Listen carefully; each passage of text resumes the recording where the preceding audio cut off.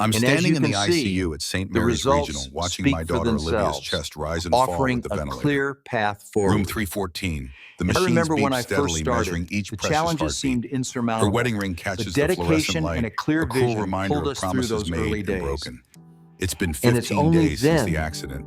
that you 15 days of this realize sterile the true purgatory, depth the of the antiseptic smell situation. burning my nostrils, the hushed voices of medical staff, my only company. 15 days and her husband Nathan has visited exactly twice. I know where he is, though. I know exactly where Dr. Nathan Hayes spends his evenings while his wife fights for her life. The photos are all over Instagram. Sunset champagne toasts on a $47,000 yacht with a woman who isn't my daughter. Marina Bay slip number 47. The woman's name is Amber Bennett.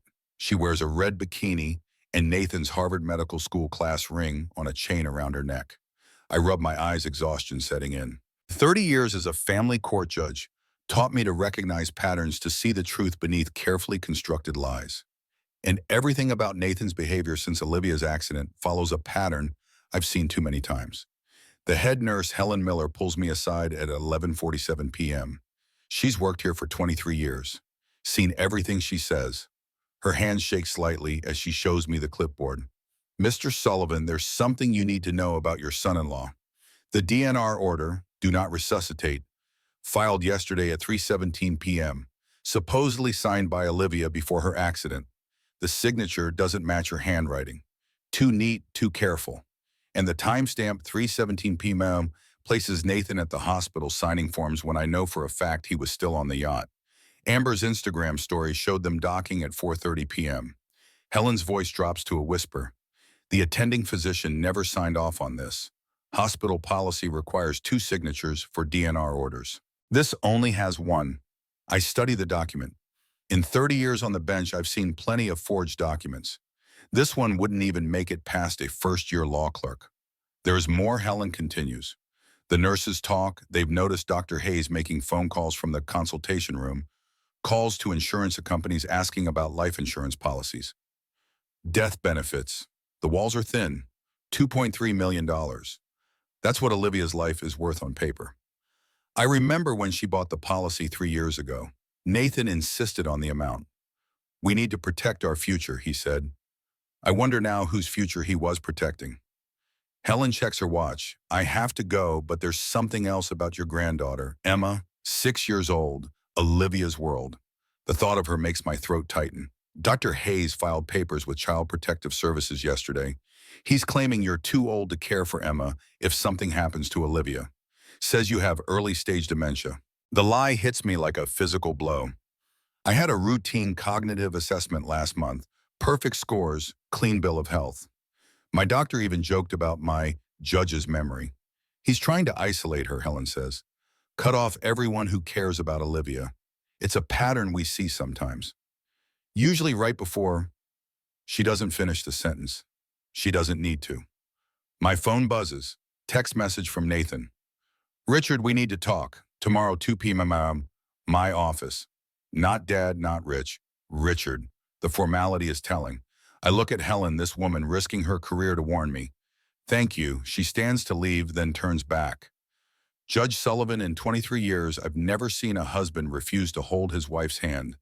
Not once. That night I sit in Olivia's room long after visiting hours end. I know which entrance the night security guard doesn't monitor. Old courthouse habits. I hold her hand. It's warm. Her pulse is steady under my thumb. The brain activity monitors show complex patterns of someone fighting to return, not the flat line of someone beyond hope. I think about the yacht photos. Nathan's arm around Amber, both laughing while Olivia's brain was swelling from impact trauma. At 11:47 p.m., I make a decision that will change everything. I pull out my phone and dial a number I haven't used in 2 years. Anthony Morellis, Private Investigations. Anthony, it is Richard Sullivan. Remember that favor you owe me? 23 years ago, I presided over Anthony's divorce case. Helped him keep custody of his kids when his ex-wife tried to disappear with them. Former FBI white-collar crime specialist. Now he traces cheating spouses and financial fraud. Judge Sullivan, what do you need? I need you to investigate my son-in-law, everything. Financial records, phone records, that yacht he's been posting about. I want to know how a resident surgeon affords a $47,000 weekend. What's the timeline? I look at Olivia's face. Peaceful. Fighting. Yesterday. The phone call ends. I write a check from my retirement account. 25,000. Anthony's retainer fee. What Nathan doesn't know is that Amber's yacht photos revealed something she never intended to show. The call comes at 7:23 a.m. I'm having coffee in Olivia's room, reading her the morning news like I did when she was little. The sports section, she always loved baseball. Richard, we need to discuss Olivia's situation. Nathan's voice is cold, clinical, like he's discussing a patient, not his wife. Her situation. I keep my voice level. 30 years of family court taught me never to show emotion on the first move. Let's be realistic here. The brain scans show significant trauma. The neurologist says recovery is unlikely. I watch Olivia's chest rise and fall. Steady, strong.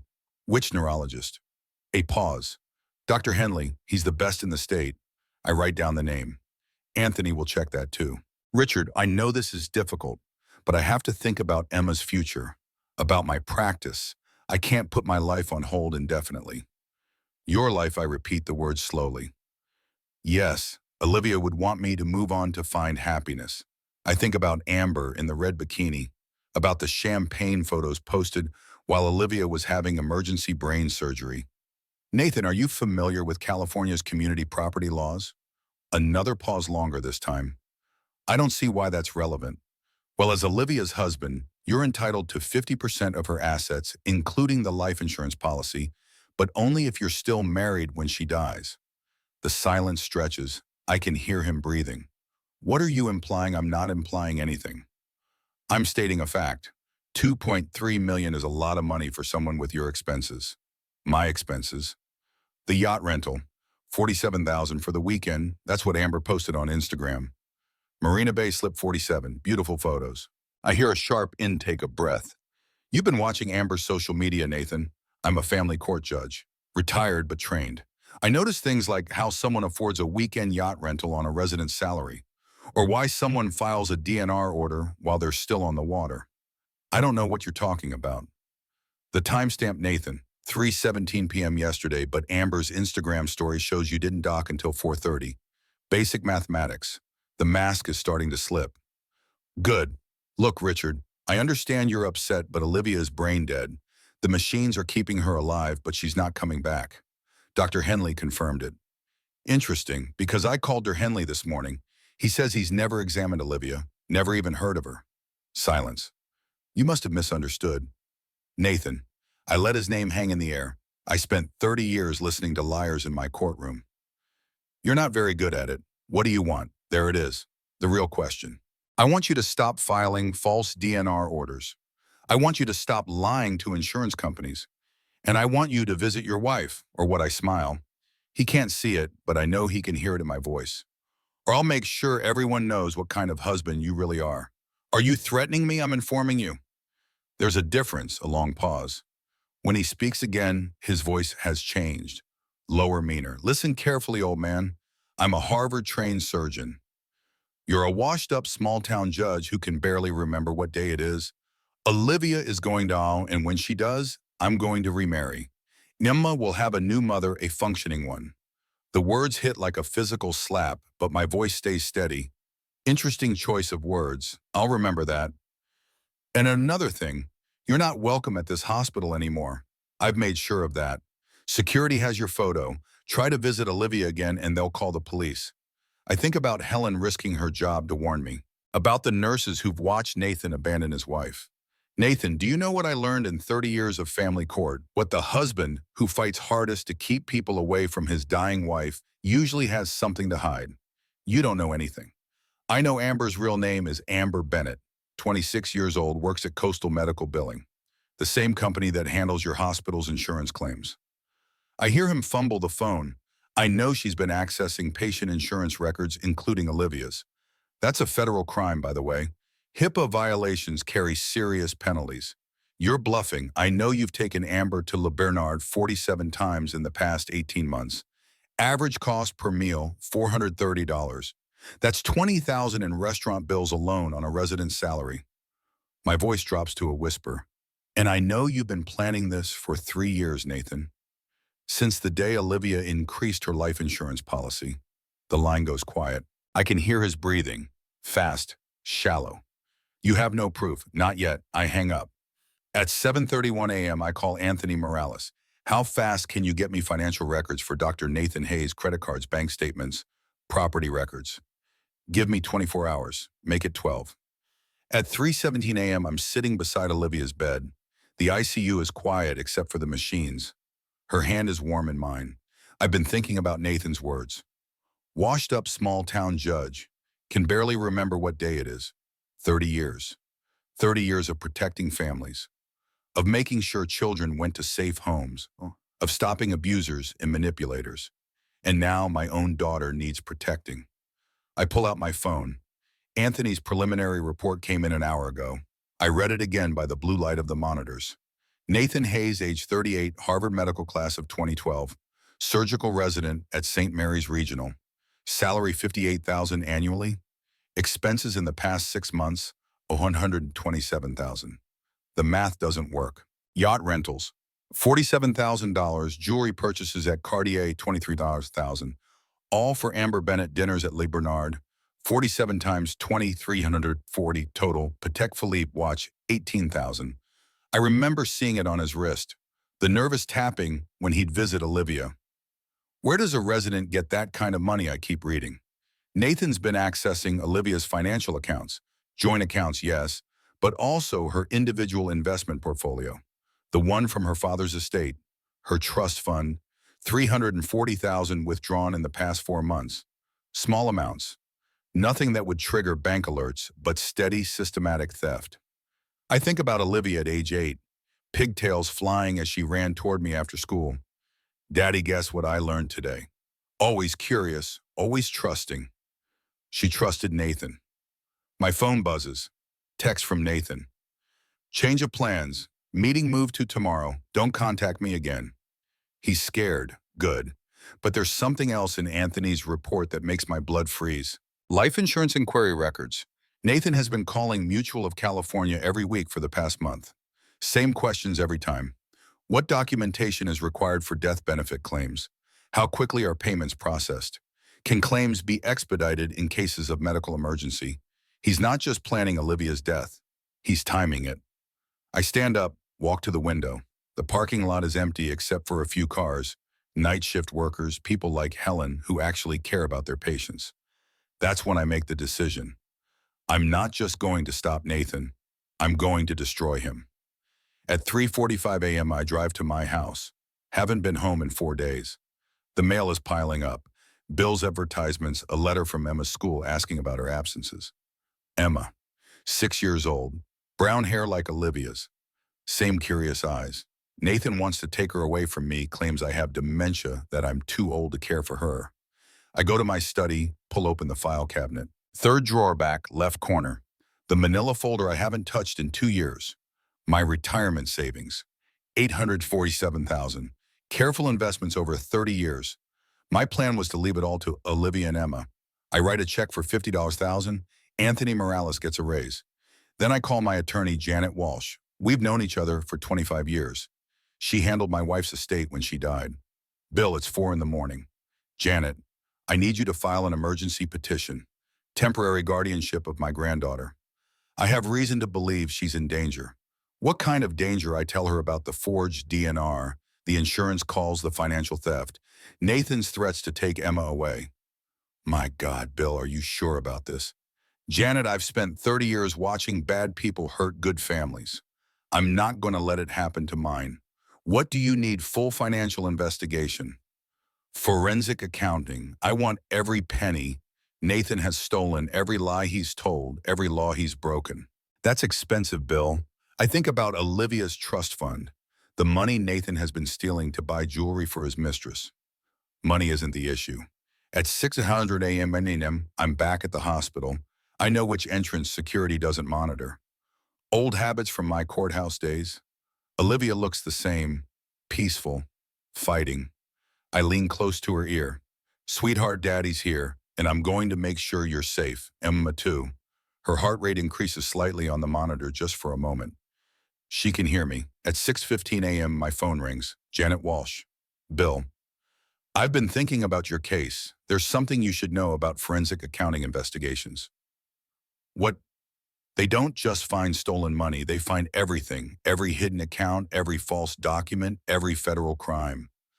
I smile for the first time in weeks. How soon can we start? What Amber didn't know about her yacht photos would destroy them both.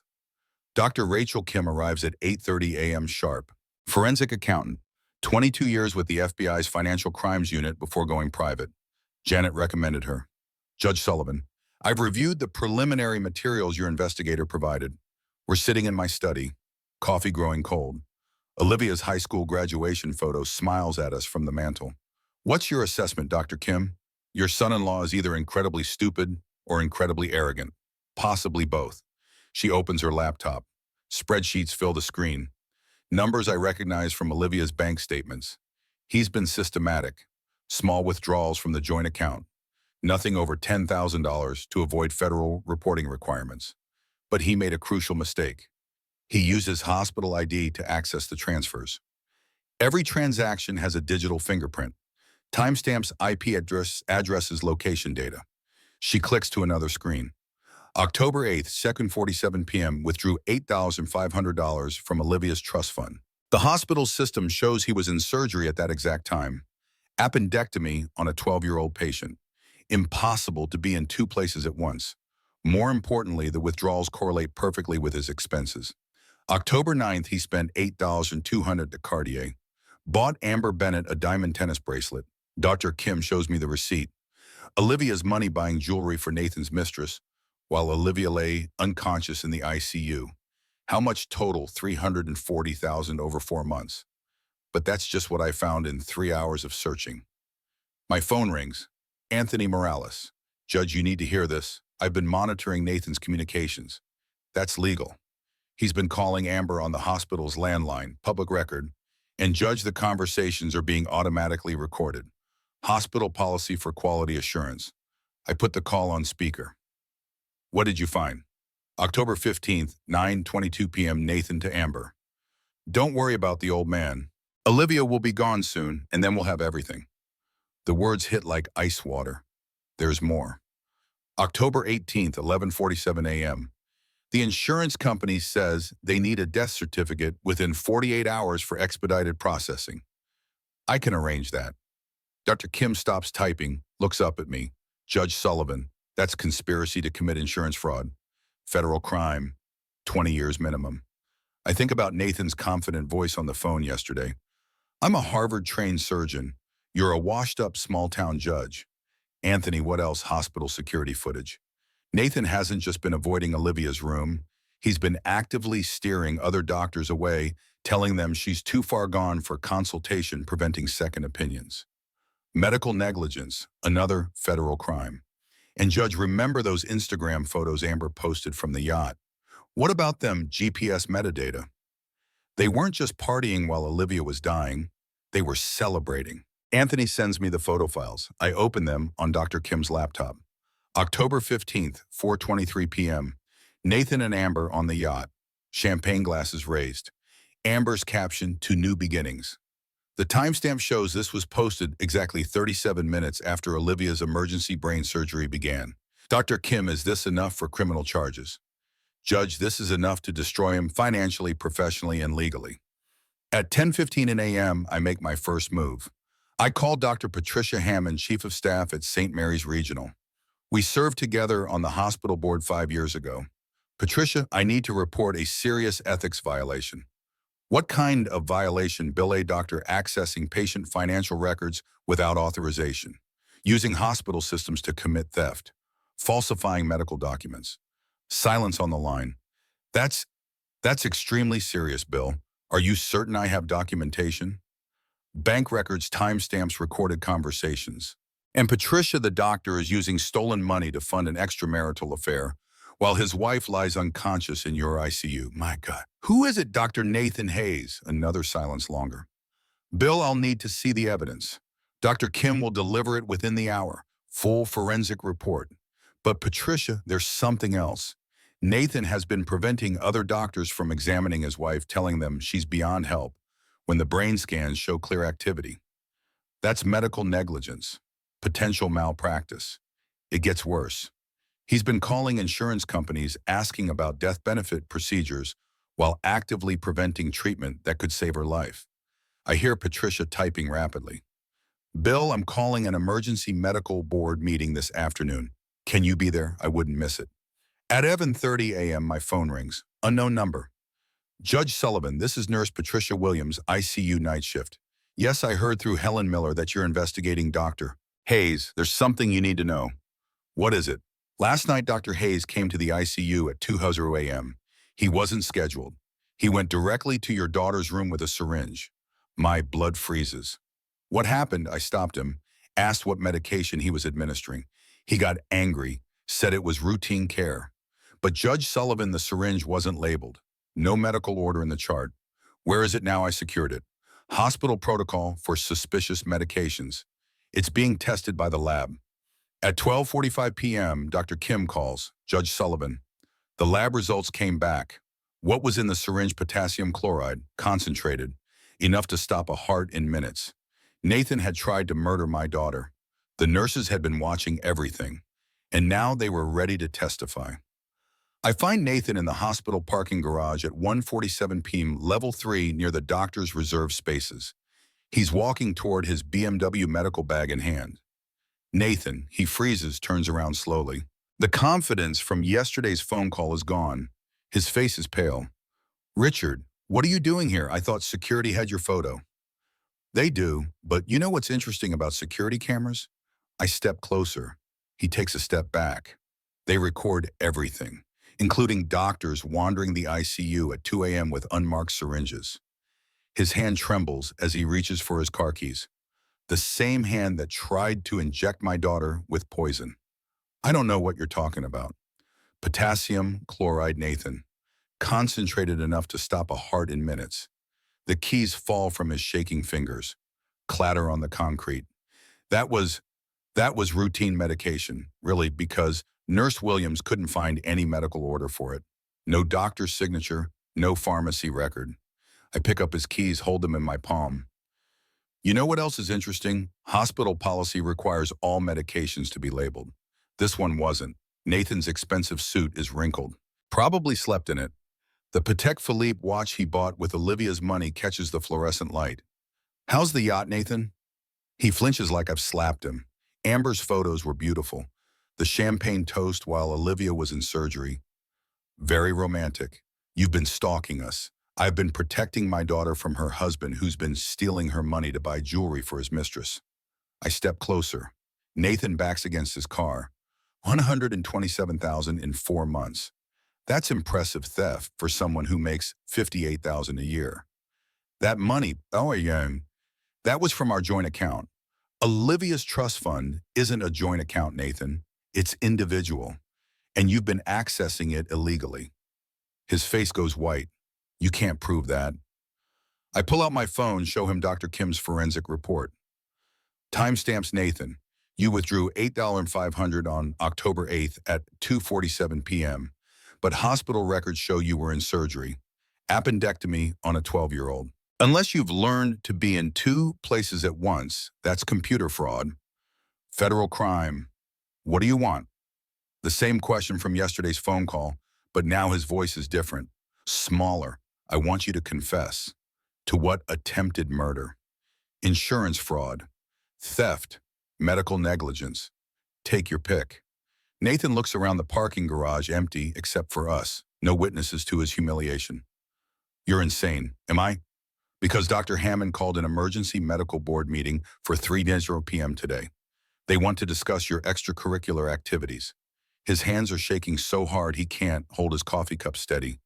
They can't do that without evidence. Evidence, Nathan, I have bank records showing you stole $340,000.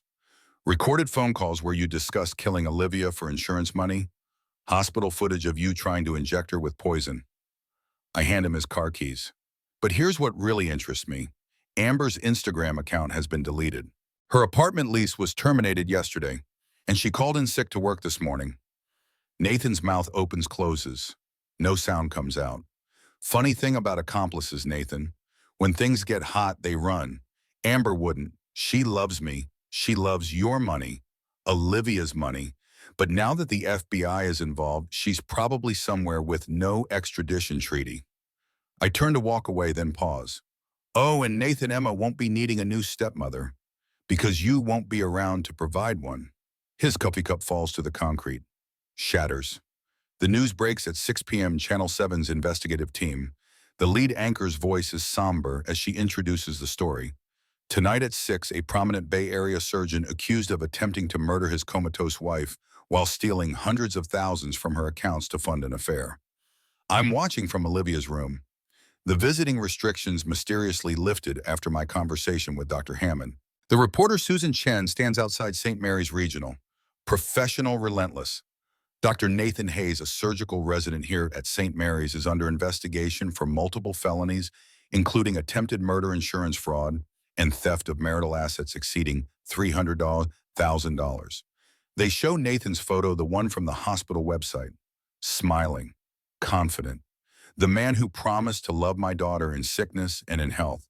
Sources tell Channel 7 that Dr. Hayes was caught on security cameras attempting to inject his comatose wife with a lethal dose of potassium chloride while she recovered from a traumatic brain injury. My phone buzzes.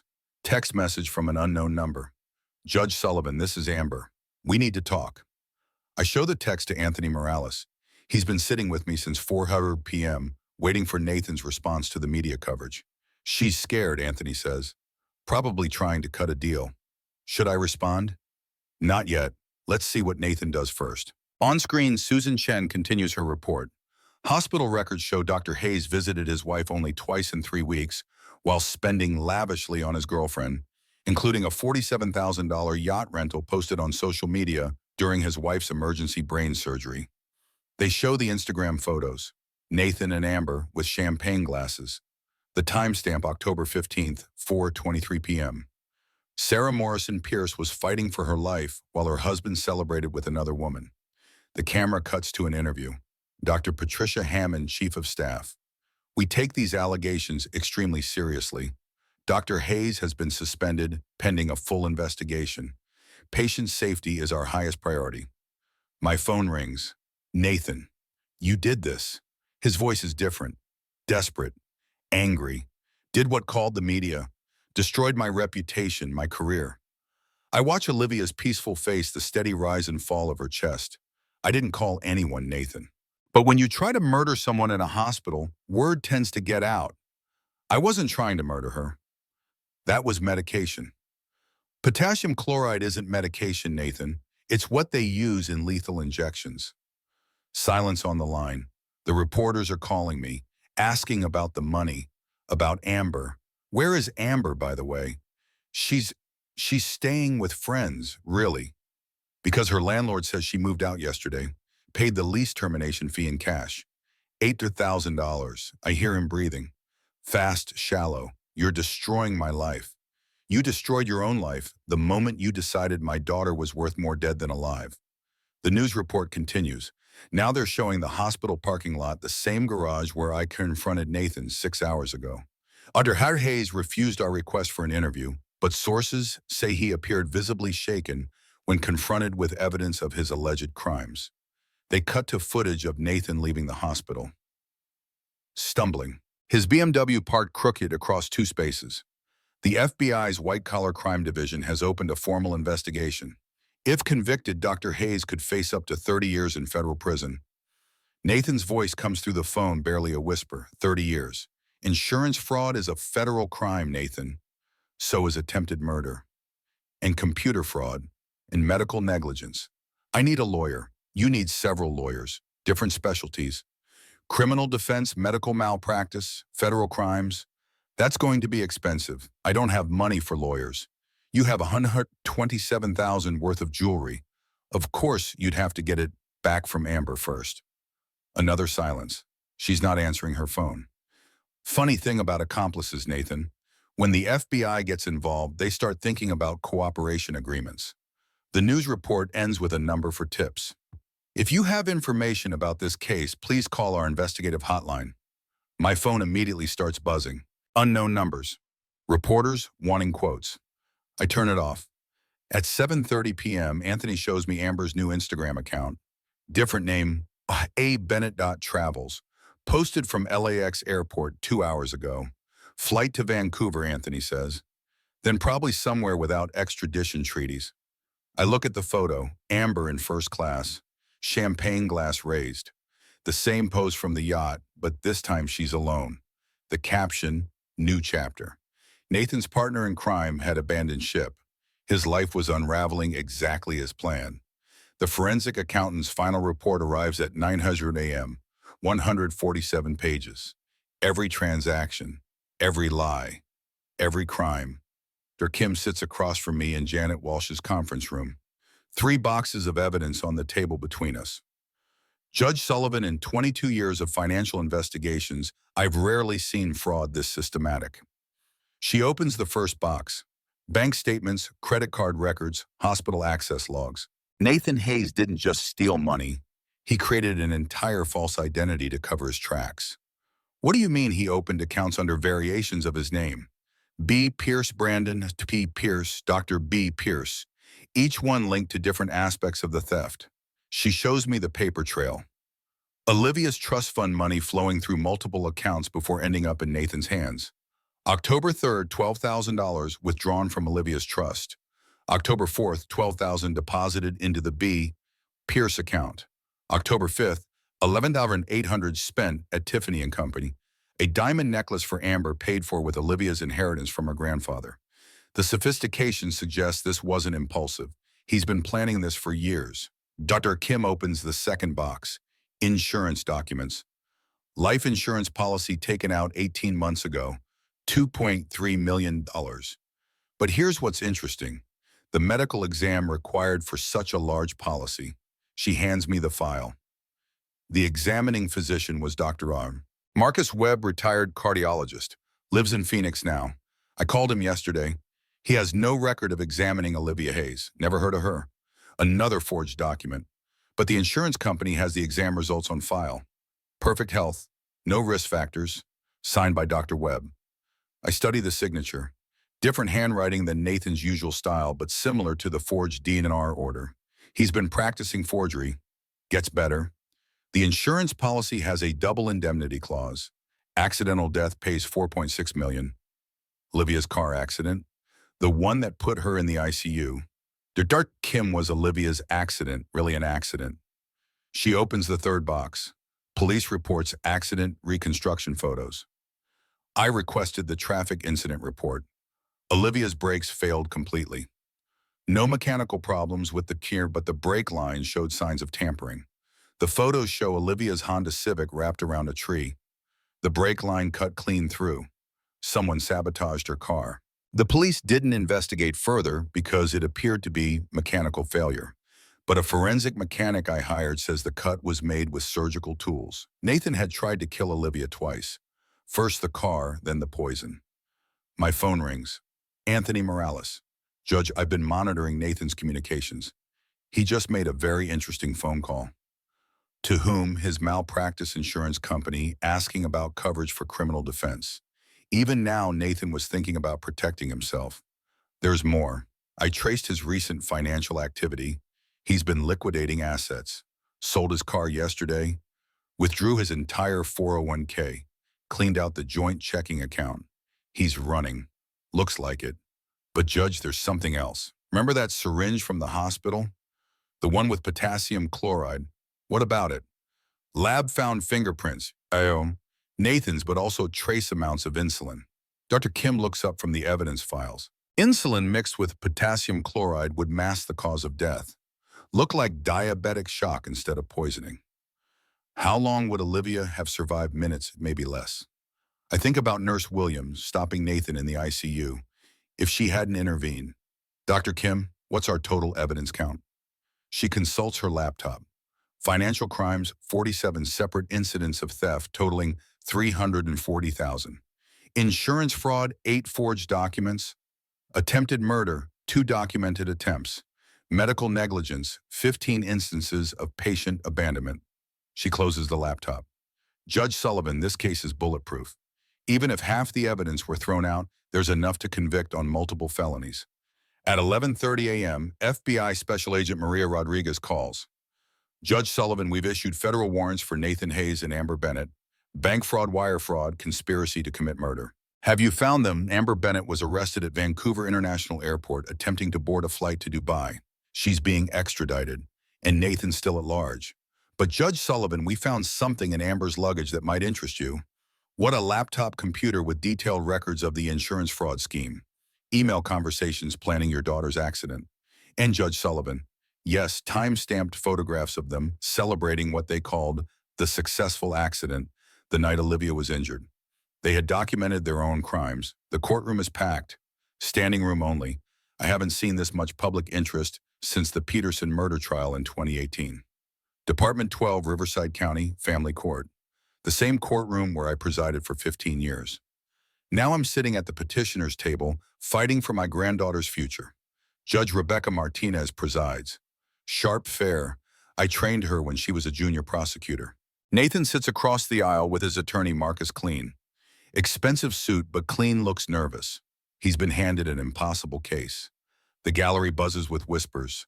Hospital staff reporters, FBI agents in the back row. Emma sits beside me. 6 years old, brown hair and pigtails, just like Olivia at her age. Is Mommy going to be okay, Grandpa? Yes, sweetheart. Mommy's going to be fine. Judge Martinez calls the session to order.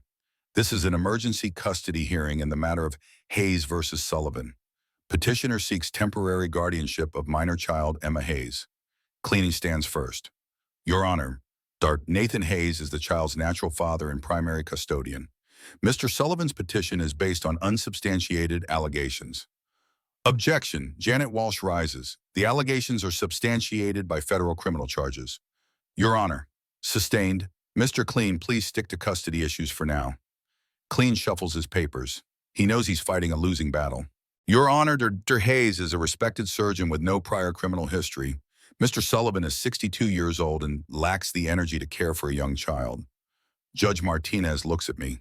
Slight smile. Mr. Clean, are you familiar with Judge Sullivan's professional record? Yes, Your Honor. 30 years on the same bench, presided over thousands of family cases, never reversed on appeal. I think his qualifications speak for themselves. Janet stands. Your Honor, we'd like to call our first witness, Nurse Helen Miller. Helen walks to the witness stand. 23 years of service badge gleaming on her uniform. She's risked her career to be here. Nurse Miller, did you witness Dr. Hayes attempting to administer medication to his wife without proper authorization? October 20th, 17 a.m. He came to the ICU with an unmarked syringe. When I asked for the medical order, he became hostile. What was in the syringe? Potassium chloride. Concentrated enough to cause cardiac arrest. Gasps from the gallery. Nathan stares at the table. In your professional opinion, would this medication have killed Olivia Hayes? Without question, Janet continues. How many times did Dr. Hayes visit his wife during her 3-week hospitalization? Twice. Both visits lasted less than 10 minutes. Did he ever hold her hand? Show physical affection? Never. In 23 years, I've never seen a husband refuse to touch his dying wife. Clean tries cross-examination, but there's nothing to attack. Helen's testimony is devastating. Janet calls Anthony Morales next. Mr. Morales, what did your investigation reveal about Dr. Hayes' financial activities? $340,000 stolen from his wife's accounts over 4 months. Used to fund an extramarital affair while she was hospitalized. Anthony displays the evidence. Bank records projected on the courtroom screen. October 15th, $8,500 withdrawn from Olivia's trust fund. Same day, $8,200 spent at Cartier for jewelry given to Amber Bennett. The numbers tell the story. Every theft, every betrayal. Did Dr. Hayes attempt to access life insurance benefits? Yes. Multiple calls to insurance companies asking about death benefit procedures while simultaneously preventing medical treatment that could save his wife's life. Judge Martinez takes notes. Her expression grows darker with each revelation. Janet calls Dr. Kim to the stand. Dr. Kim, in your expert opinion, was this theft random or systematic? Highly systematic. Dr. Hayes created false identities, forged documents, and manipulated hospital computer systems.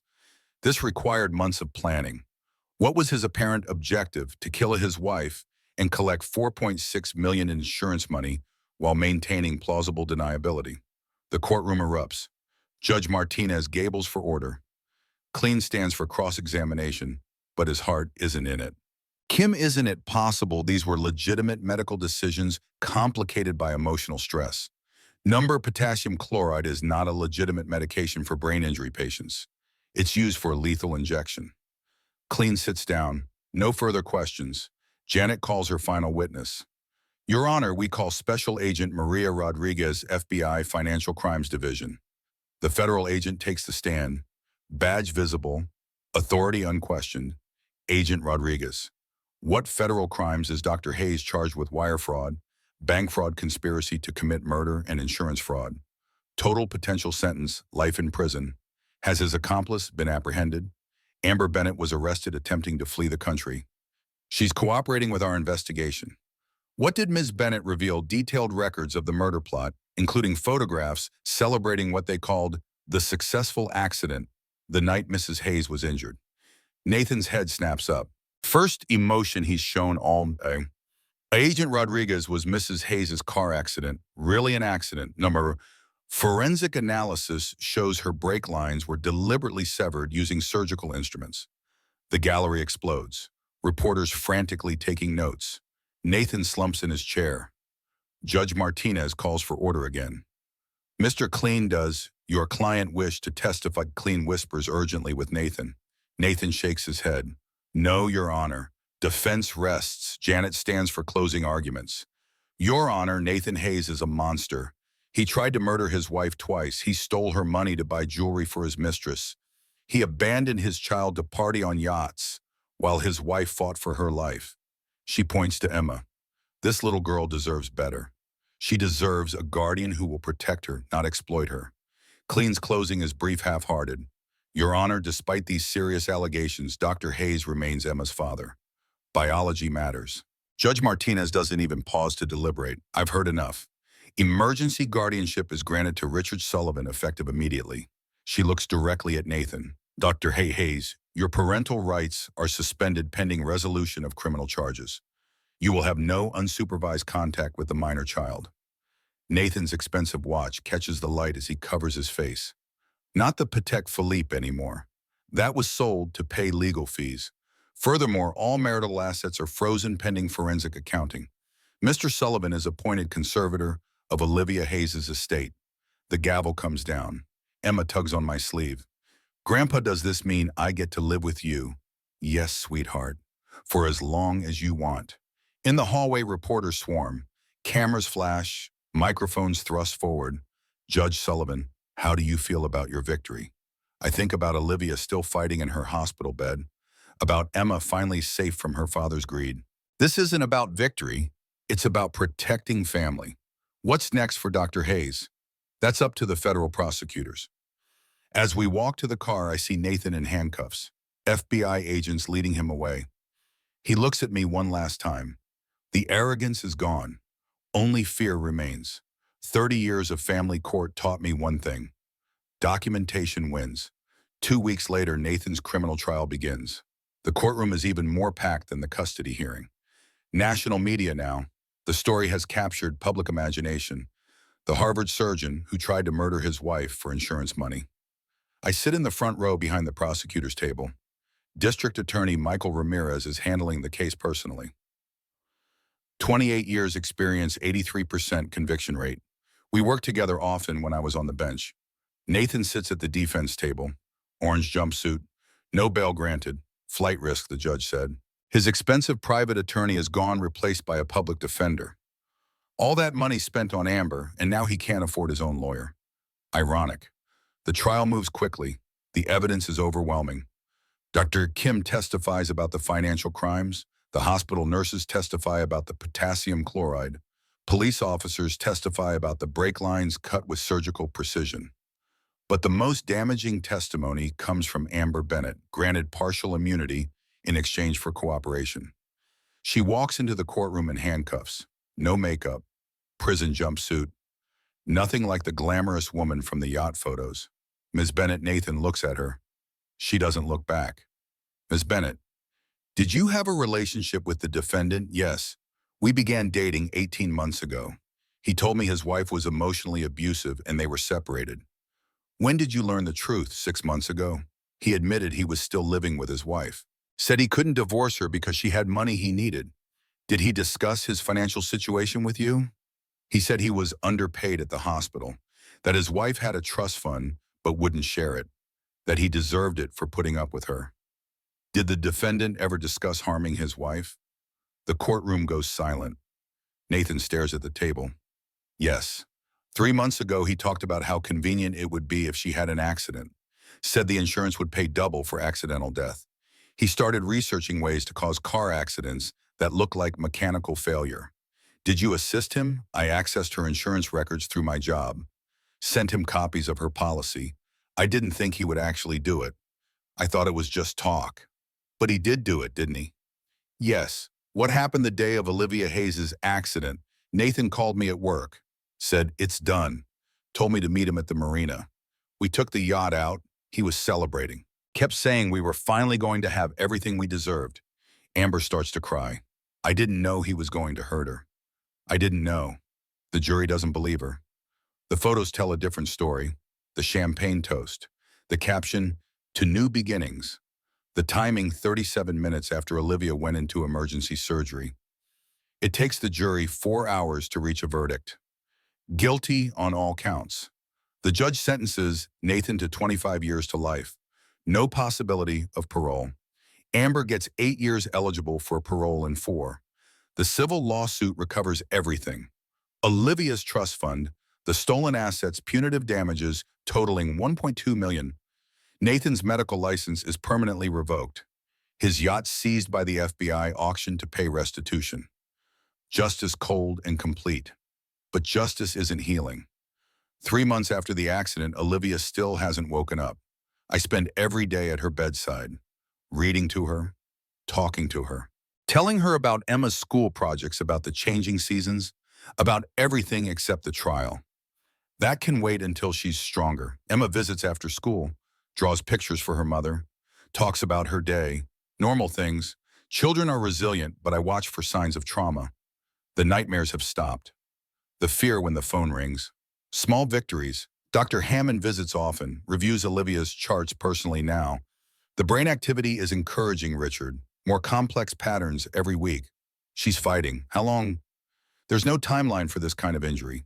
Could be tomorrow, could be months. But I believe she'll come back to us. I have to believe it too. The alternative is unthinkable. At home, I've transformed my study into Emma's bedroom. Pink walls, butterfly stickers, stuffed animals everywhere. Janet helped me file for permanent guardianship. No contest now that Nathan's been convicted. I'm learning to be a parent again at 62. School lunches, homework, bedtime stories. It's exhausting and wonderful. Emma helps me remember that borrowing in small things. Ice cream on Saturdays, feeding ducks in the park, finding shapes in clouds. She asks about her father sometimes. I tell her the truth in simple terms. Daddy did something very wrong. He has to stay in a place for people who break the law. She doesn't ask for details. Not yet. One night as I'm tucking her in, she asked the question I've been dreading. Grandpa, is Mommy going to die? No, sweetheart. Mommy's brain got hurt, and it's taking a long time to heal. But she's very strong, just like you. Like Wonder Woman, even stronger than Wonder Woman. She considers this, nods. Satisfied. Can I tell you a secret, Grandpa? Of course. Sometimes when I hold Mommy's hand and talk to her, I feel her fingers move, just a little bit. The nurses say it's just a reflex, but I think she's trying to talk to me. I freeze. Involuntary movement is common in coma patients. But what if... That's wonderful, Emma. Keep talking to her. She can hear you. I kiss her goodnight, then go to my bedroom and call Dr. Hammond. Patricia, I need you to run some additional tests on Olivia tomorrow.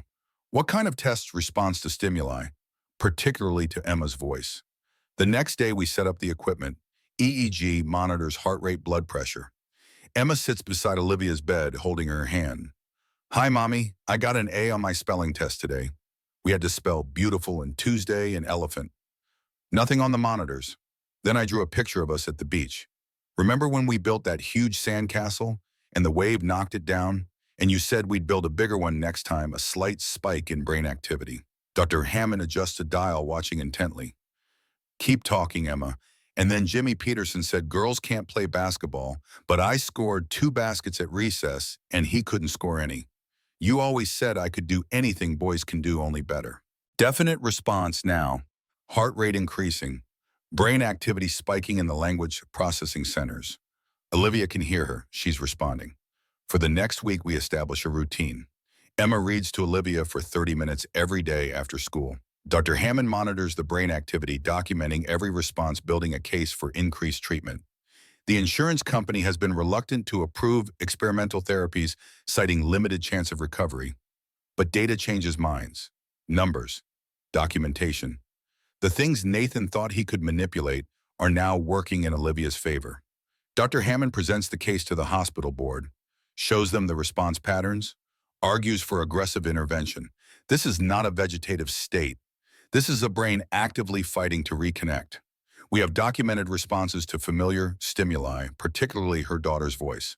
I'm recommending immediate approval for the neural regeneration protocol.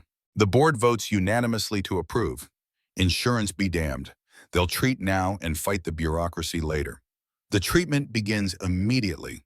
Stem cell therapy, neural stimulation, advanced medications just approved by the FDA. Cutting-edge science meeting a father's determination and a daughter's love. 2 months of treatment, 2 months of hope. 2 months of Emma reading stories, singing songs, sharing her day with a mother who can't respond but can somehow hear. And then on a Tuesday afternoon in April, it happens. I'm sitting beside Olivia's bed reading the newspaper aloud. Sports section, baseball, her favorite. The Giants are looking strong this season. New pitcher showing real promise in spring training. Her eyelids flutter. I stop reading, hold my breath. The monitors show increased activity, but I've seen false alarms before. I don't dare hope. Then her eyes open, blue like Emma's, confused at first, then gradually focusing on me. Dad, her voice is a rasp, barely audible after months of disuse, but it's the most beautiful sound I've ever heard. I'm here, sweetheart. Where? She looks around, recognizing the hospital room. How long? 4 months. Emma. She's fine. She's with me. Safe. Olivia struggles to form words, her brain relearning pathways, connections reforming. Nathan. I hesitate. This isn't the time for that conversation. Not when she's just returned to us. You need to rest. We can talk about everything later. She shakes her head slightly, determination in her eyes, even now stubborn like her mother. I remember Dad, the car, the brakes. They just stopped working. And Nathan, he was angry about something. Money. I take her hand, so fragile, but getting stronger. It's all been taken care of, sweetheart. He can't hurt you anymore. She closes her eyes, fatigue overwhelming her. But before she drifts off, she squeezes my hand. A message. Gratitude. Trust. Love. I call Dr. Hammond, then Emma's school.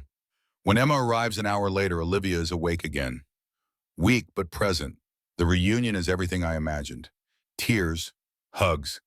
Emma climbing carefully onto the bed, mindful of the tubes and wires nestling against her mother's side. Talking a mile a minute about everything Olivia has missed. I step into the hallway to give them privacy. To compose myself. Dr. Hammond finds me there reviewing Olivia's latest readings. This is remarkable, Richard. The neural regeneration is proceeding faster than we anticipated. She's mapping new pathways, bypassing the damaged areas. With intensive therapy, she could make a full recovery.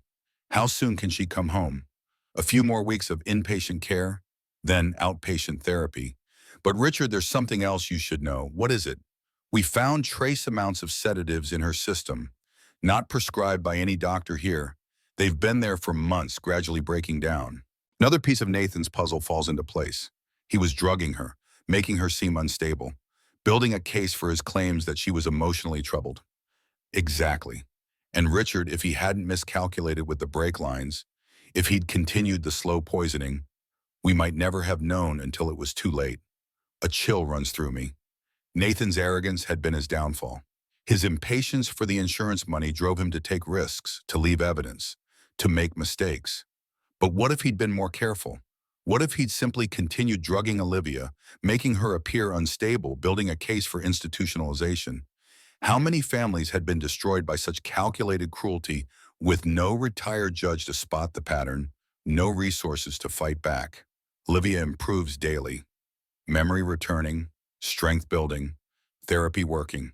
3 weeks after waking, she's discharged to outpatient care, coming home for the first time in 7 months. My house has changed. Emma's toys in the living room. Get well cards covering the refrigerator. A hospital bed in the den, though. Olivia insists she can manage the stairs to her old bedroom. The three of us settle into a routine.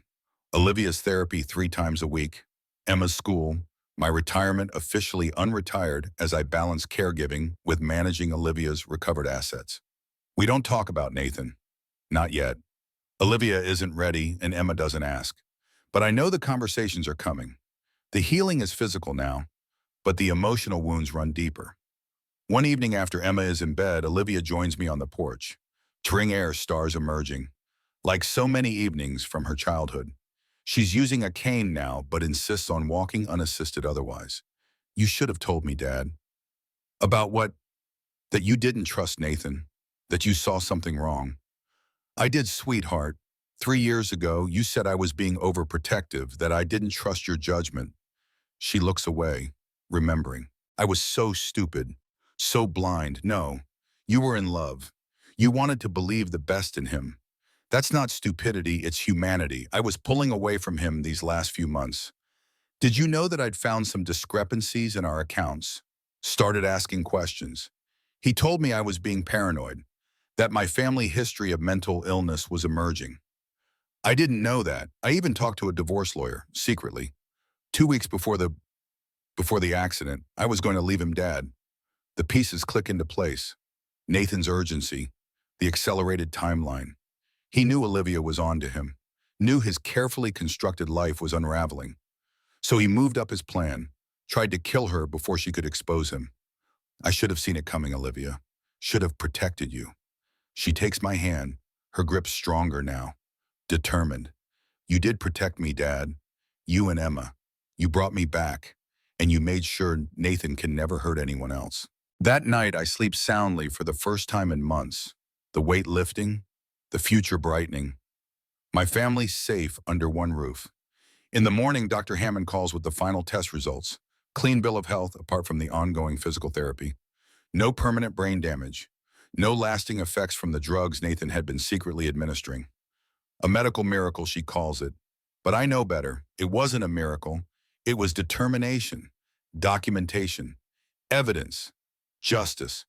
The tools of my profession employed in defense of my family. 2 days later, Emma brings home a school assignment, My Hero, a one-page essay about someone she admires. She hands it to Olivia and me to read together. My hero is my grandpa. He used to be a judge, and now he takes care of me and my mom. When bad things happened, he didn't give up. He found all the clues like a detective and made sure the truth came out. He says that's what justice means, making sure the truth doesn't stay hidden. My grandpa taught me that being brave doesn't mean you're not scared. It means you do the right thing even when you are scared. And that's what makes him my hero. Olivia wipes away tears, hugs her daughter, hugs me. 3 generations, broken by betrayal but not destroyed. Healing, together. That evening as the sun sets over the bay, I think about how close we came to a different ending. How Nathan's arrogance and greed nearly destroyed my family. How thin the line between justice and tragedy. I think about the other families out there, the ones without resources, without training, without someone to recognize the patterns of abuse and exploitation. And I make a decision. The next morning, I call Janet Walsh. Janet, I want to establish a foundation. Legal aid for families in crisis, specialized support for suspected cases of financial exploitation and medical abuse, using your settlement money. Every penny of the punitive damages.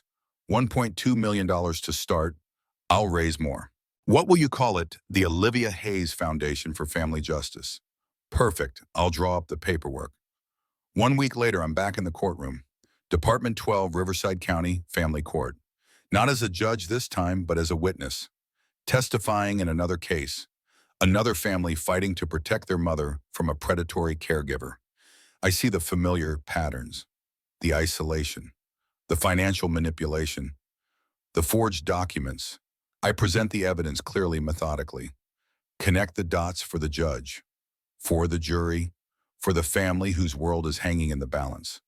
When I finish, the defense attorney has no questions. The evidence is too solid.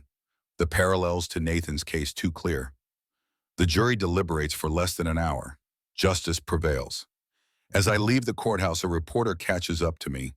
Local paper, young eager. Judge Sullivan, can I ask why you're doing this? Coming out of retirement to testify in these cases, I think about Olivia. Home with Emma, planning their first trip to the beach since the accident. Building sandcastles. Making new memories to replace the painful ones. I think about the thousands of cases I presided over. The patterns I recognized. The families I helped. And the ones I couldn't. Some people think vulnerability equals weakness. They forget that protecting family is the strongest force in the world. The reporter nods, writes it down. One last question. What would you say to families who might be experiencing what your daughter went through? Who might not recognize the signs? Trust your instincts. Document everything. And remember that the most dangerous predators are the ones closest to home. I walk to my car thinking about the foundation, the cases lining up, the work still to be done. My phone buzzes. Text message from Olivia. Emma and I are making your favorite dinner. Don't be late. Love you, Dad. I smile. Drive home to my family, to the life we're rebuilding, together. 6 months after Olivia woke from her coma, our lives have found a new rhythm. Not perfect, but stable. Healing. Olivia's physical therapy continues 3 times a week. Her gait is stronger now, the cane relegated to a corner of the hall closet. Just for emergencies, she says, though I've noticed her hand sometimes brushes the doorframe for support when she thinks no one is watching. Emma thrives in first grade, her teacher marveling at her resilience. Children adapt, the school counselor told us. They follow the emotional lead of the adults around them. We've been careful to create stability, predictability. The trauma specialist says Emma is processing everything in her own time, in her own way. The Olivia Hayes Foundation for Family Justice has taken shape faster than I anticipated. Janet's legal expertise combined with my courthouse connections created something remarkable. In 6 months, we've helped 15 families, provided resources, legal representation, forensic accounting, safe housing. The things I wish someone had done for Olivia before Nathan shattered her life. Today marks a milestone. Olivia's final neurological assessment at St. Mary's. We've been waiting for this appointment for weeks, the last hurdle before Dr. Hammond declares her fully recovered. The possibility of returning to normal, or at least finding a new normal, hangs in the air between us as we drive to the hospital. Nervous? I ask, glancing at Olivia in the passenger seat. A little. What if there's something they missed? Some damage that hasn't shown up yet? Then we'll deal with it together, one step at a time. The hospital parking garage still makes my stomach clench. Level 3, where I confronted Nathan that day. Where the facial of the brilliant Harvard surgeon crumbled to reveal the monster beneath. I park on level 1 now, always. Dr. Hammond greets us with a warm smile, no trace of the clinical distance most physicians maintain. She's become family through this ordeal. Olivia, Richard, good to see you both. How's our miracle patient today? Ready to be officially declared boring and healthy, Olivia says. The examination is thorough. Cognitive tests, memory recall, motor skills, language processing. I watch from the corner as Olivia works through each challenge with determination. The same stubborn focus she showed as a child learning to ride a bicycle. Falling, getting up, trying again until she mastered it. Finally, Dr. Hammond puts away her equipment and sits across from us, clipboard in hand. Well, I have to say, Olivia, your recovery has exceeded even my most optimistic projections. Your brain has demonstrated remarkable neuroplasticity. New neural pathways have formed to bypass the damaged areas. Cognitively, you're testing at pre-injury levels. I exhale a breath I didn't realize I'd been holding. So she's fully recovered, I ask. Medically speaking, yes, there may still be occasional headaches, some fatigue after cognitive exertion, but those symptoms should continue to diminish over time. She turns to Olivia. You've done the hard work. I'm officially declaring you a boring, healthy neurological patient. Olivia laughs, tears in her eyes. Thank you, Patricia, for everything. Dr. Hammond's expression softens. I should be thanking you. Your case is being written up for several medical journals. The neural regeneration protocol we used has been approved for wider application because of your success. You're going to help a lot of people, Olivia.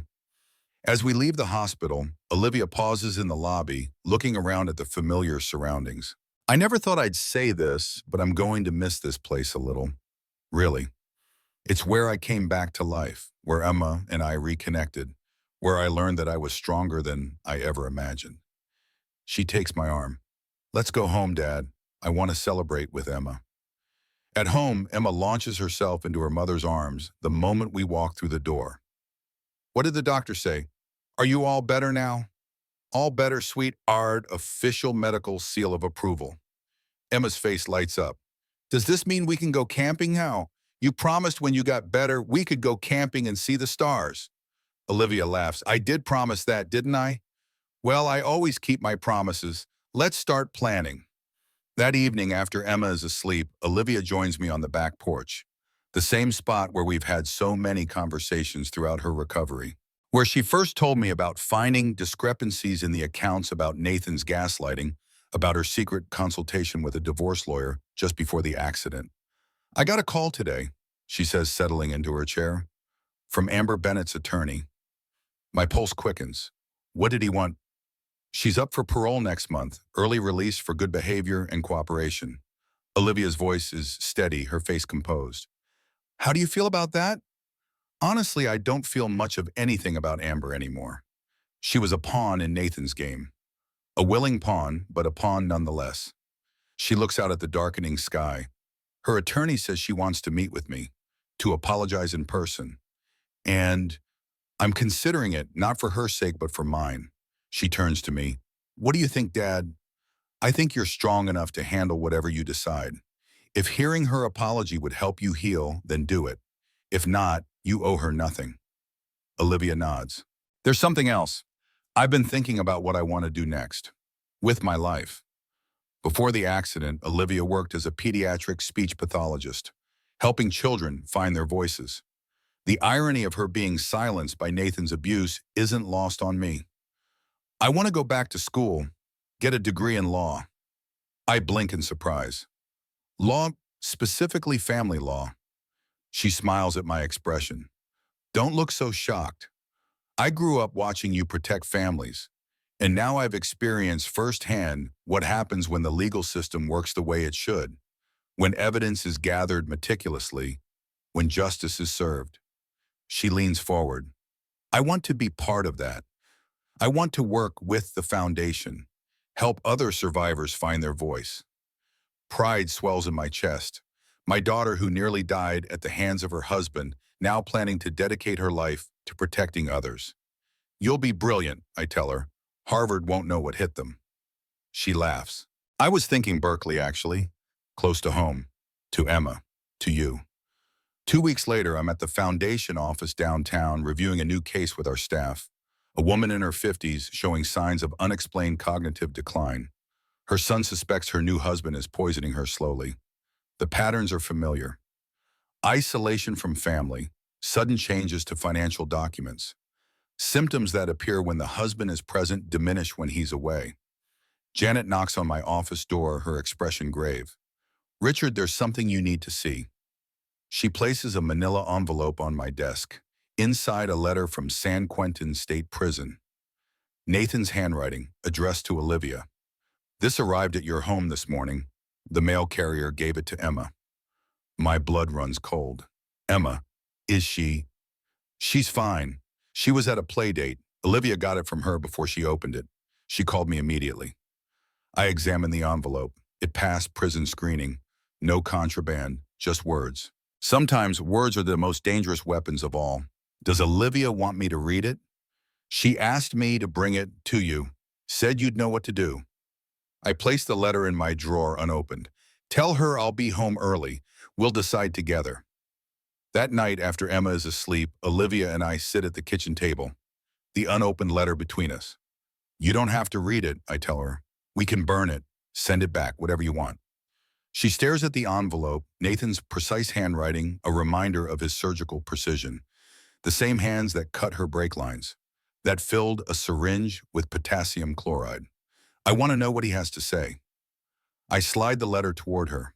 She takes a deep breath, opens it carefully, as if it might contain something dangerous. Perhaps it does. Dear Olivia, she reads aloud, I hope this letter finds you well. I've thought a lot about what happened between us, about the choices I made. I want you to know that I'm sorry for the pain I caused you and Emma. She pauses, her expression skeptical. 3 years of marriage, 2 murder attempts, and he thinks sorry covers it. She continues reading. I've changed in here. Found purpose. I'm working with the prison ministry, helping other inmates find redemption. I hope someday you'll find it in your heart to forgive me. Not for my sake, but for yours. Forgiveness is the path to healing. Olivia puts the letter down, her face flushed with anger. Forgiveness, he's giving me advice on healing. After what he did, classic manipulation, I say quietly, making his redemption your responsibility. It's not about genuine remorse. It's about regaining control. There's more. She picks up the letter again. I've been following news about the foundation, the work you're doing to help families in crisis. It's admirable. I'd like to contribute in some way. Perhaps sharing my story could help others avoid the path I took. Would you consider visiting me? I have things I'd like to tell you in person. Things that might help with your work. Sincerely, Nathan. She puts the letter down with deliberate care. He hasn't changed at all, has he? No, this is about access, about inserting himself back into your life, into the foundation. What should I do? What do you want to do? She thinks for a moment, then stands and walks to the kitchen counter. Returns with a lighter. Without a word, she ignites the corner of the letter, watches as the flame consumes Nathan's words, his manipulations, his attempt to regain control. She drops the burning paper into the sink, lets it turn to ash. That's my answer. The next morning, I arrive at the foundation office early. A new case has come in overnight. Urgent. A woman in her 30s hospitalized after falling down the stairs. Her husband, a prominent cardiac surgeon, insisting on unusual treatment protocols, refusing second opinions. A nurse who noticed patterns raised concerns. I gather the team, financial investigators, legal counsel, medical experts. We move quickly, methodically, gathering evidence, building the case. The woman has 2 young children. We don't have much time. By afternoon, we have enough to approach hospital administration. Dr. Hammond accompanies me, lending her professional credibility to our concerns. The chief of staff reviews our evidence, calls. Security revokes the husband's medical privileges pending investigation. The children are placed with their maternal grandmother temporarily.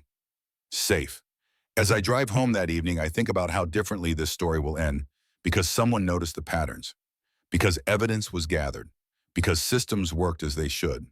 My phone rings. Hands-free display shows Janet's number. Richard, good news. The emergency protective order was granted for Mrs. Chen. Her husband is being held without bail pending investigation. The children, safe with grandmother. Child Services interviewed them today. The boy, 7 years old, disclosed witnessing previous assaults. His statement is being recorded as evidence. And Mrs. Chen, stable. Hospital security has been briefed. No visitors except approved family members. Good work, Janet. Keep me updated. I end the call, satisfaction warming my chest. Another family protected. Another predator stopped. The foundation doing exactly what we created it to do. At home, Olivia is in the kitchen, helping Emma with homework. Normalcy, the most precious gift after the chaos of the past year. How was your day? I asked, kissing the top of Emma's head. I got an A on my science project. Ms. Wilson said my presentation on the water cycle was the best in the class. That's wonderful, sweetheart. I'm so proud of you. Mom helped me practice. She did all the different voices for my puppet show. Olivia smiles. I'm especially proud of my rendition of Raindrop Randy. Very method. Later, after Emma is in bed, Olivia tells me she's been accepted to Berkeley Law School. Fall admission, the path forward taking shape. I've been thinking about Amber's request to meet, she says. I've decided to do it. Are you sure? Yes, but I want to meet on my terms, not prison, neutral ground, and I want you there. Of course, whatever you need. The meeting is arranged for the following week. A private room at the foundation office. Janet present as legal counsel. Security protocols in place. Amber Bennett enters, escorted by her parole officer. No longer the glamorous mistress from the yacht photos. Thin, pale eyes downcast. Prison has stripped away the facade. "Thank you for agreeing to see me," she says, voice barely above a whisper. Olivia sits straight-backed, composed, strength in every line of her posture. "You wanted to apologize. I'm listening." Amber glances at me, then back to Olivia. "I know an apology isn't enough. Nothing could be enough for what I did, what I helped Nathan do." She twists her hands together. "I tell myself I didn't know he was going to hurt you, that I thought it was just talk. But that's a lie, I knew. Maybe not the details, but I knew." "Why did you do it?" Olivia asks, her voice steady. "I wish I had a good answer. Money partly, the lifestyle, but mostly," she hesitates, "mostly it was him. The way he made me feel special, chosen. He said his wife, you were emotionally abusive, that you controlled all the money, that you threatened to take his daughter away if he left." She looks up. "I believed him because I wanted to believe him." "Did you love him?" Olivia's question surprises me. "I thought I did. Now I'm not sure I even knew him. The real Nathan. The one who could calmly plan to kill his wife while taking me to dinner." Amber wipes away a tear. "In prison, I had a lot of time to think about who I became with him, how I ignored every red flag, every warning sign. I'm not asking for forgiveness, Mrs. Hayes. I just wanted you to know that I understand what I did, the harm I caused, and I'm sorry." Olivia is silent for a long moment. "Thank you for your honesty. I can't forgive you today. Maybe not ever, but I appreciate that you faced me directly." Amber nods. "There's something else, something you should know." She glances at her parole officer, who nods encouragement. "Nathan has been writing to me, from prison, asking me to contact Emma, to tell her stories about her father, the good times we had together." My hands clench into fists under the table. "I haven't responded," Amber continues, "and I won't, but I thought you should know. He's not done trying to control your family." Olivia's face remains composed, but I see the slight tremble in her fingers. "Thank you for telling me." After Amber leaves, Olivia sits in silence, processing. "You okay?" I ask finally. "I think so. It was clarifying somehow. Seeing her as a person, flawed, weak, selfish, but human." She looks at me. "We need to do something about Nathan's letters, about his attempts to reach Emma. I'll call the warden today, request a no-contact order, and I'll speak with Emma's school. Make sure they know not to release her to anyone but you or me. And I think it's time we told Emma more about what happened. Age appropriate, of course, but she needs to understand why her father is in prison, why she can't have contact with him. Are you sure she's ready?" "No, but I'm not sure there's ever a ready for this kind of conversation. And I'd rather she hear a gentle version from us than a harsh version from someone else." That weekend, we take Emma camping as promised. Lake Tahoe, a secluded spot away from crowds. Stars scattered across the night sky like diamonds. Emma's delight in simple pleasures, roasting marshmallows, telling ghost stories, counting, shooting stars, a reminder of childhood's resilience. On the second night after ghost stories, but before sleep, Olivia gathers Emma close. "Sweetheart, I want to talk to you about something important. About your dad." Emma's expression grows serious. "Is he getting out of prison?" "No, honey. He's going to be in prison for a very long time." Olivia chooses her words carefully. "Do you understand why he's there?" Emma considers this. "Because he did something bad, something illegal." "That's right, but it's important that you know what he did so you can understand why we can't see him or talk to him." Olivia takes a deep breath. "Your dad hurt me, Emma. He tried to make me have an accident in my car by damaging it. And later, when I was in the hospital, he tried to hurt me again." Emma's eyes widen. "He made your car crash on purpose." "Yes, he wanted the money from my insurance policy, and he had a girlfriend, someone who wasn't me." Emma processes this information, her young face solemn in the firelight. "Is that why you were asleep for so long? Because Dad hurt you?" "Yes, sweetheart. And that's why Grandpa was so worried, why he made Dad go away. Grandpa protected us. He found evidence that Dad had done these terrible things, and he made sure the police knew about it." Emma is quiet for a long time, staring into the fire. Finally, she asks, "Was it my fault?" Did Dad hurt you because of me? Olivia pulls her close, fierce. No, absolutely not. Nothing about this was your fault, Emma. Your dad made bad choices, selfish, terrible choices. That had nothing to do with you. You are perfect and loved and completely innocent in all of this. Emma nods against her mother's shoulder. I remember him being nice sometimes, reading me stories, taking me for ice cream. Was that real? I watch Olivia struggle with this question. The hardest one, how to explain the complexity of human behavior to a 6-year-old. It was real, Olivia says finally. People can do both good things and bad things. Your dad did some good things, especially with you. But the bad things he did were very serious. They hurt a lot of people. That's why he has to stay in prison. Will I ever see him again? Not for a very long time. And not until you're much older if you want to. That will be your decision when you're grown up. Emma thinks about this, her young face serious beyond her years. I don't think I want to see him. He hurt my mom. That's not what dads are supposed to do. No, it's not, I say quietly. Dads are supposed to protect their families, not harm them. Emma looks at me, her expression clearing. Like you protected us, Grandpa. That's what family does, sweetheart. We protect each other. The conversation shifts to lighter topics, tomorrow's hike. The possibility of seeing deer at dawn, whether bears really do steal picnic baskets like in cartoons. Emma's resilience, her ability to absorb difficult truths and still find joy, amazes me. Later, after Emma is asleep in the tent, Olivia and I sit by the dying fire. You did well, I tell her. That was a difficult conversation. It's just the beginning. There will be more questions as she gets older, as she understands more. You'll handle them just as gracefully. I hope so. She pokes at the embers with a stick. I've been thinking about changing our names, going back to Sullivan for both of us. Fresh start. That's a big step. Are you sure? I don't want to be Mrs. Hayes anymore. I don't want Emma to carry his name through school, through life. Have you discussed it with Emma? A little. She seems open to the idea, said she wants to have the same last name as me, whatever I choose. Well, Sullivan, girls, I say smiling, has a nice ring to it. The name change becomes official 3 weeks later. Olivia Sullivan, Emma Sullivan. A fresh beginning untethered from Nathan's legacy. That same week, Olivia receives a letter from the Law School Admissions Council.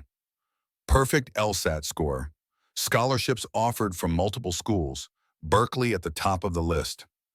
I can't believe it, she says, staring at the letter. After everything, my brain still works. Better than ever, I tell her. You're going to be an incredible attorney. The foundation continues to grow. More cases, more families helped, more predators stopped. The patterns Nathan used: financial control, gaslighting, isolation, medical manipulation repeated in case after case. But now we know what to look for, how to intervene, how to protect. 6 months later, I receive a phone call from San Quentin, the warden. Nathan has been attacked by another inmate, stabbed multiple times in the prison yard. Critical condition. I drive to Olivia's apartment. She and Emma moved out last month. Another step toward independence, and share the news carefully. They're not sure if he'll survive, I tell her. The next 24 hours are critical. She absorbs this information, her expression unreadable. Do they know who did it? Why, another inmate, no clear motive yet. But Nathan hasn't made many friends inside, apparently. His holier-than-thou redemption act hasn't played well with the general population. What do we do? Nothing unless you want to. You're still listed as his next of kin, but you have no legal obligation to make medical decisions or visit. She nods, thinking. If he dies, what will we tell Emma? The truth, that he was hurt in prison and didn't survive. And if he lives, that's up to you. She's quiet for a long moment. I need to see him, if he survives, one last time. Are you sure? Yes, I need to look him in the eye, show him that he failed, that we're thriving without him, that he has no power over us anymore. Nathan survives barely. Multiple surgeries, weeks in the prison infirmary. Olivia waits until he's stable, then requests a visit. I accompany her, though she insists on seeing him alone. I need to do this myself, Dad. Show him I'm not afraid anymore. I wait in the prison visiting area, watching the clock. 20 minutes. 30. Finally, Olivia emerges. calm, composed, stronger than I've ever seen her. How was it? I ask as we walk to the car. Clarifying, she says. He tried to manipulate me, of course. Talked about God's forgiveness, about second chances, about his right to see Emma. She smiles slightly. I let him talk, let him think he was getting through to me. Then I told him about law school, about the foundation, about how Emma and I changed our names, how she's thriving without him. How did he take that? Not well. Her smile widens. I told him I forgive him, not because he deserves it, but because carrying hate would give him power over me. And he has no power anymore. Not over me, not over Emma, never again. Pride swells in my chest, my daughter who survived the ultimate betrayal now standing fully in her power. Unbroken, undiminished. What did he say? Nothing. For once in his life, Nathan Hayes had nothing to say. 2 years pass. Olivia excels in law school, top of her class. Emma grows taller, more confident, a budding artist with her mother's determination and curiosity. The foundation expands, adding a medical advocacy program specifically focused on detecting and preventing medical abuse. I step back, gradually letting younger attorneys take the lead on cases. Mentoring rather than directing. Preparing for the day when Olivia will take over. Creating a legacy that will outlive me. Nathan serves his sentence quietly. No more letters, no more attempts to contact Emma. The final confrontation with Olivia seems to have broken something in him.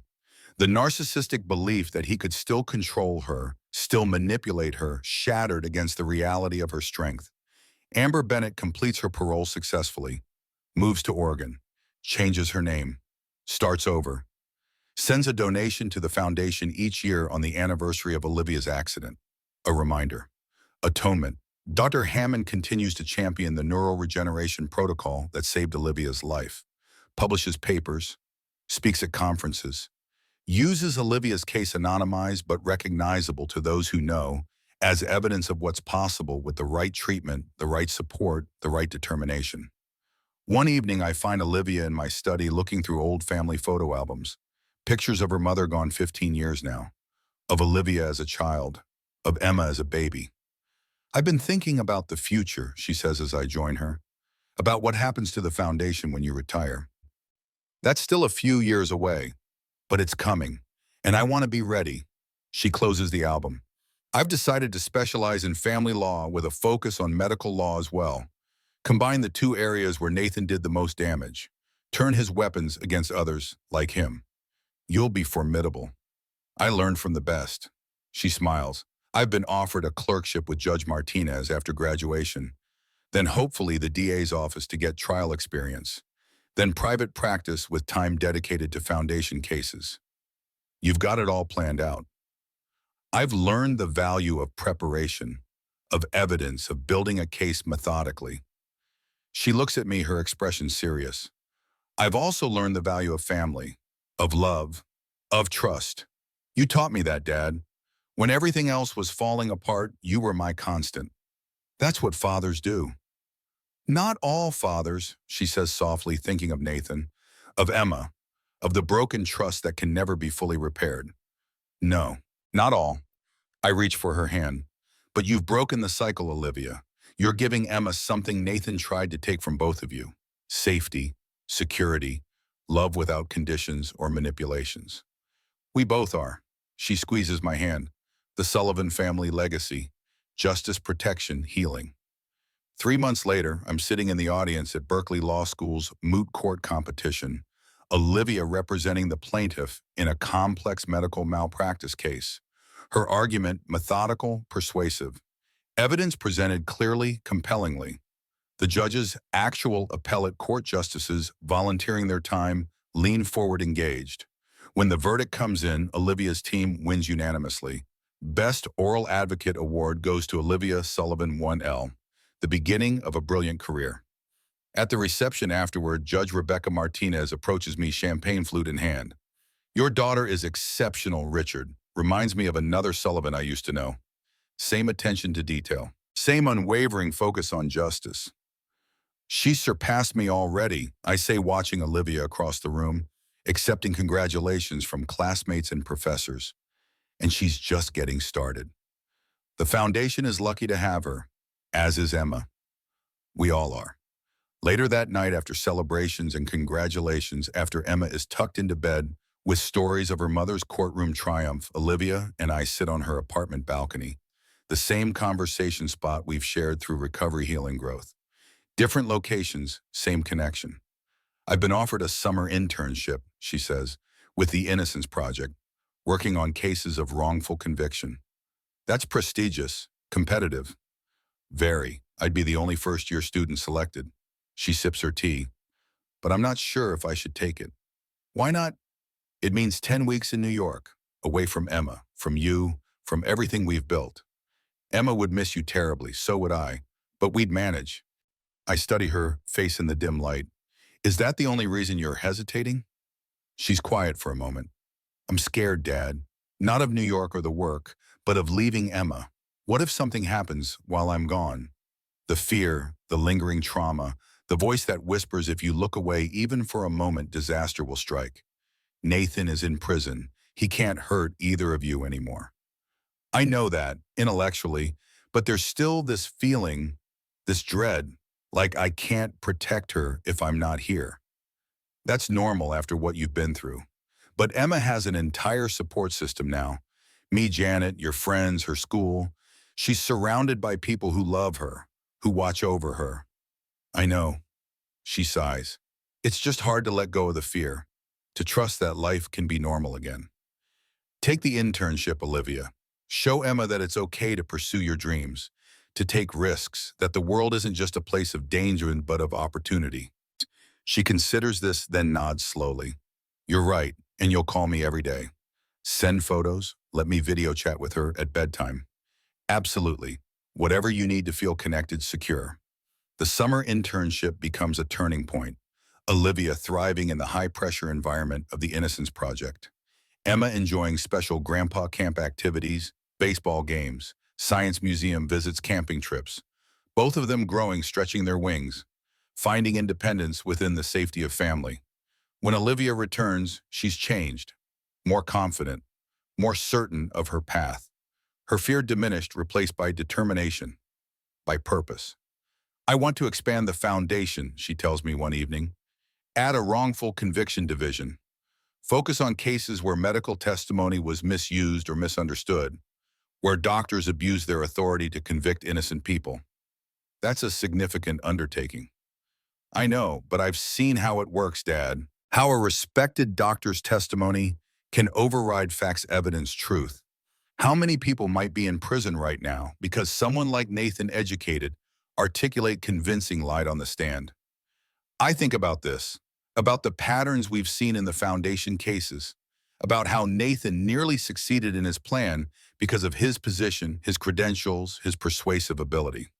You're right, it's a natural extension of our work. I smile at her.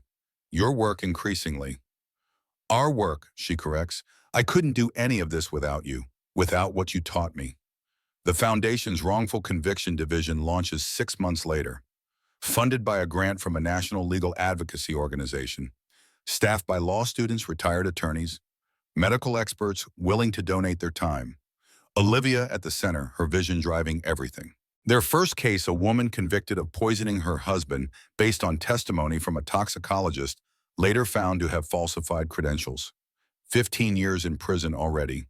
The evidence flimsy, circumstantial. The real culprit, likely the husband's business partner who inherited controlling interest in their company after his death. Olivia works tirelessly, reviewing trial transcripts, interviewing witnesses, consulting with legitimate toxicologists, building the case for innocence piece by methodical piece. 6 months of work, countless hours, setbacks and breakthroughs. Finally, a hearing before the appellate court.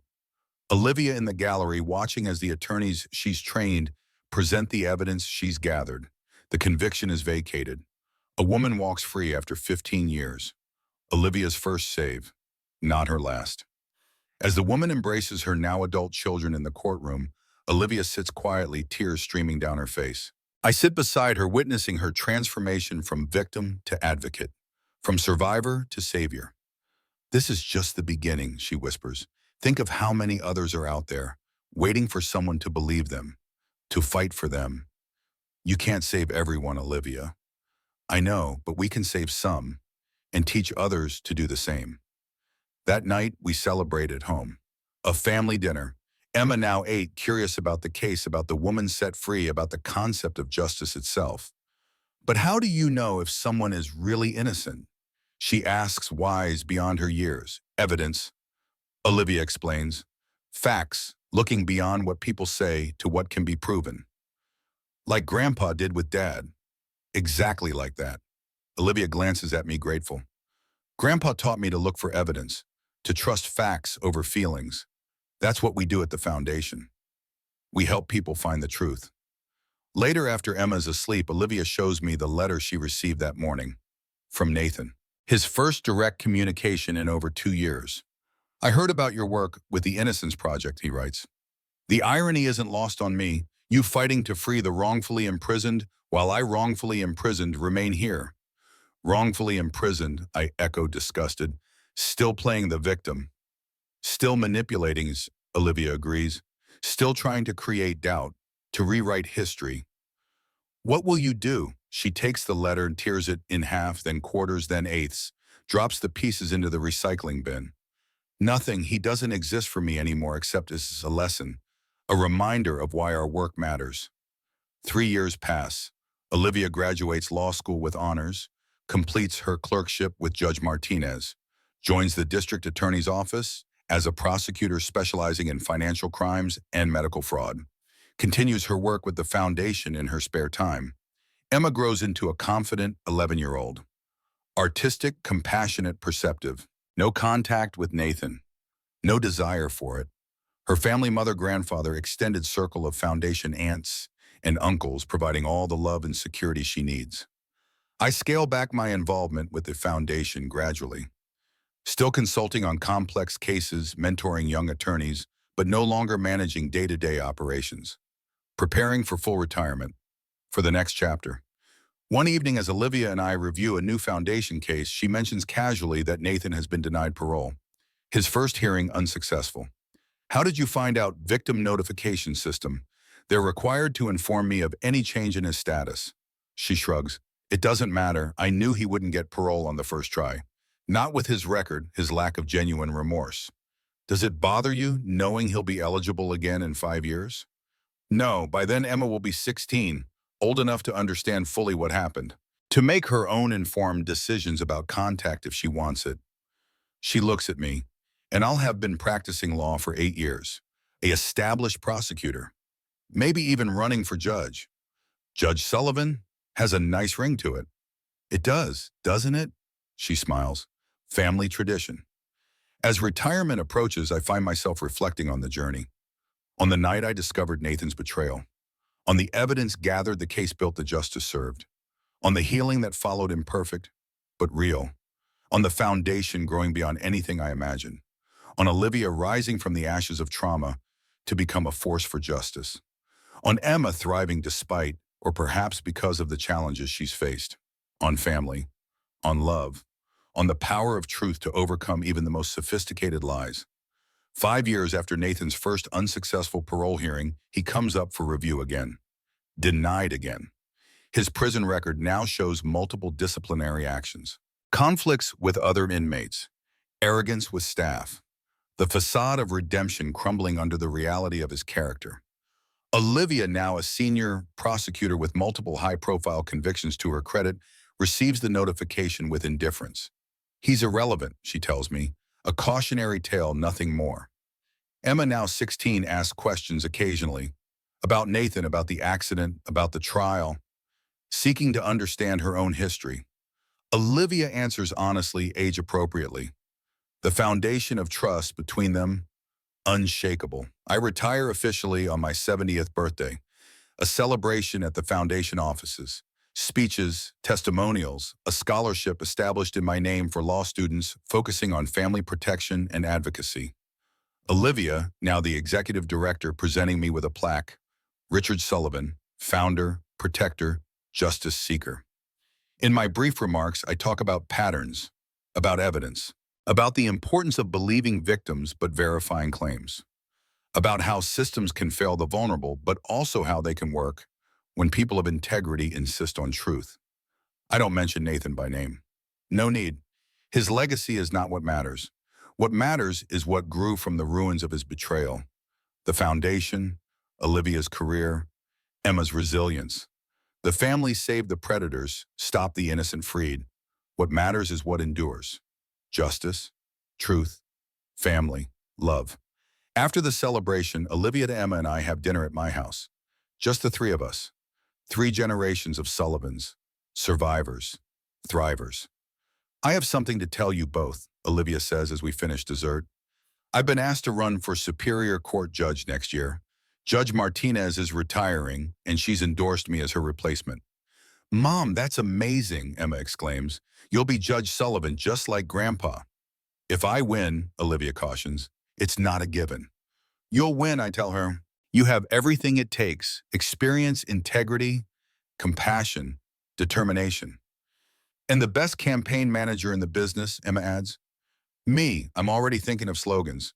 Sullivan for Superior Court Justice runs in the family. We laugh, plan, dream. A new chapter beginning as another closes. The future bright with possibility. Later, after Emma has gone to bed, Olivia and I sit on the porch, our traditional spot for serious conversations. Are you ready for this? I ask. The campaign will be grueling. Your personal life will be scrutinized. Nathan's case will be dragged up again. I'm ready. She looks out at the night sky confident. Let them look at my personal life. Let them examine Nathan's case. It's all documented, evidence-based, truth. Your mother would be so proud of you, I tell her. I know I am. I couldn't have done any of this without you, Dad, without what you taught me about justice, about family, about perseverance. You did the hard part. You survived. You healed. You transformed trauma into purpose. She takes my hand, the gesture reminiscent of countless bedside holds during her hospitalization, during her recovery, during our journey back to life. We did it together. That's what family does. As we sit in comfortable silence, I think about the long arc of this story. How it began with betrayal, nearly ended in tragedy, but transformed into triumph. How Nathan's calculated cruelty led not to destruction, but to the creation of something powerful, enduring good. I think about patterns, evidence, truth, justice, the tools of my profession that saved my daughter's life, that now in her hands save others. I think about vulnerability and strength, how what Nathan saw as weakness in Olivia, her trust, her love, her openness, became her greatest strength in recovery. How what he thought would destroy her instead forged her into something unbreakable. Some people think vulnerability equals weakness. I say softly, echoing words I've spoken before. They forget that protecting family is the strongest force in the world. Olivia smiles, squeezes my hand. And some people think they can manipulate the truth forever. They forget that evidence always tells the real story, eventually. We sit together, father and daughter, survivors, protectors, justice seekers. The night wraps around us like a protective embrace. Stars scattered across the sky, bright points of light in the darkness, much like the truth itself. Always there waiting to be seen by those with eyes to see. The foundation continues its work. Olivia campaigns for judge. Emma applies to colleges, considering law school in her future. The Sullivan legacy of justice extending forward into generations yet to come. And in a prison cell, Nathan Hayes serves his sentence. Alone. Forgotten. His schemes unraveled, his manipulations exposed, his power broken. Just another cautionary tale in the Foundation's training materials. Evidence of what happens when truth prevails over even the most sophisticated lies. Justice served, family protected, healing achieved. The true power of evidence, of documentation, of methodical pursuit of truth, demonstrated in the lives we rebuilt from the ashes of betrayal. That's what 30 years of family court taught me. That's what I passed on to Olivia. That's what she now shares with the world. Documentation wins, truth prevails, love endures, the Sullivan family legacy. Our gift to each other, our gift to those who need protection, advocacy, justice. Our answer to those who would use power to harm rather than heal. Our victory.